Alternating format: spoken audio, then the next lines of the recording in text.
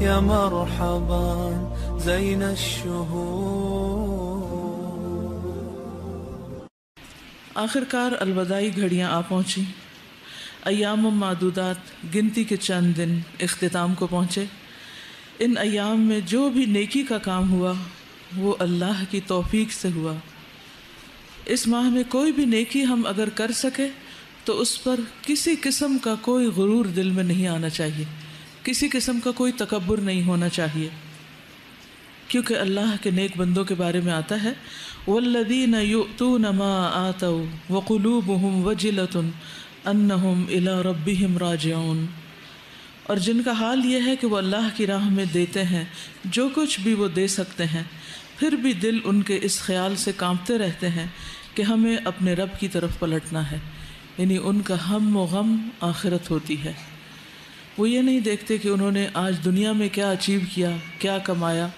وہ اس بات کی فکر کرتے ہیں کہ ان کے ساتھ کل کیا بنے گا۔ محنت اور کوشش کے باوجود اس احساس کے ساتھ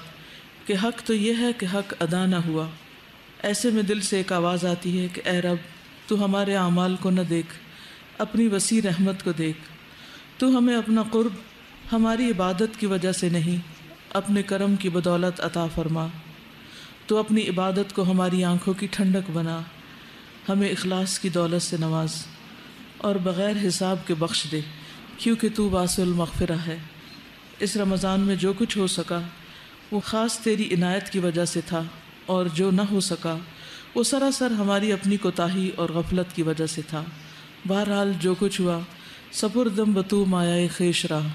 تو دانی حساب کم و بیش راہ، میں اپنا حقیر سرمایہ تیرے سپرد کرتا ہوں، حساب کی کمی بیشی کو تو خوب جانتا ہے۔